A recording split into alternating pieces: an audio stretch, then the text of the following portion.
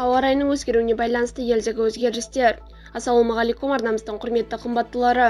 Егер осы хабарды сіз толық білгіңіз келсе, бейне астындағы лайк және подписаться таңбаларын басып, біздің арнамызға жазылуды ұмытпаңыз.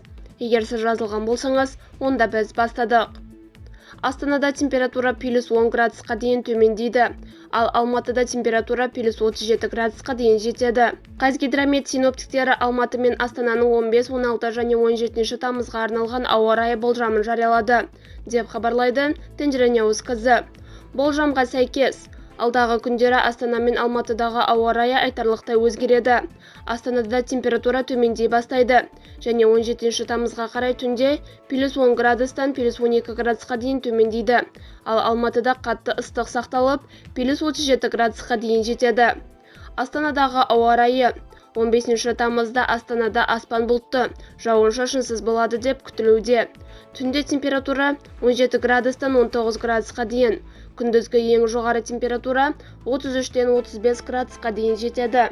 Оңтүстік-шығыс желдері солтүстік-батысқа қарай секундына 9-дан 14 метрге дейін ауысады. 16 тамызда аспан бұлтты, анда-санда жаңбыр жауып найзағай ойнайды деп күтілуде. Түнде температура 16-дан 18 градусқа дейін, күндізгі ең жоғары температура 23-тен 25 градусқа дейін жетеді. Солтүстік-батыс желі секундына 9-дан 14 метрге дейін соғады. Түнде екпіні секундына 15-тен 18 метрге дейін жетуі мүмкін. 17 тамызда жауын-шашын болмайды деп күтілуде.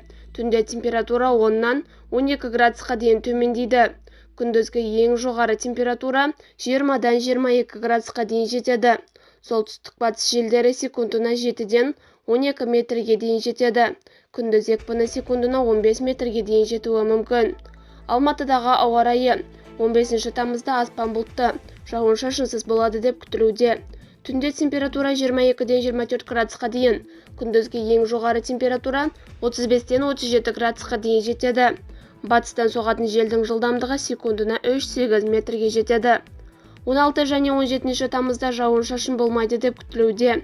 Түнде температура 22-ден 24 градусқа дейін, күндізгі ең жоғары температура 34-тен 36 градусқа дейін жетеді. Оңтүстік-шығыстан соғатын желдің жылдамдығы секундына 3-8 метрге жетеді. Қазақстанда жаңбыр жауып, температура төмендейді. Бұған дейін синоптиктер Қазақстанда алдағы 3 күнде қатты аптаптан кейін температураның айтарлықтай төмендеуі күтілетінін айтқан болатын. Елдің көптеген аймақтарында жаңбыр мен найзағай күтілуде. Кейбір жерлерде қатты жауын-шашын, екпінді жел және бұршақ жаууы мүмкін. Бізді бақылауды жалғастырыңыз.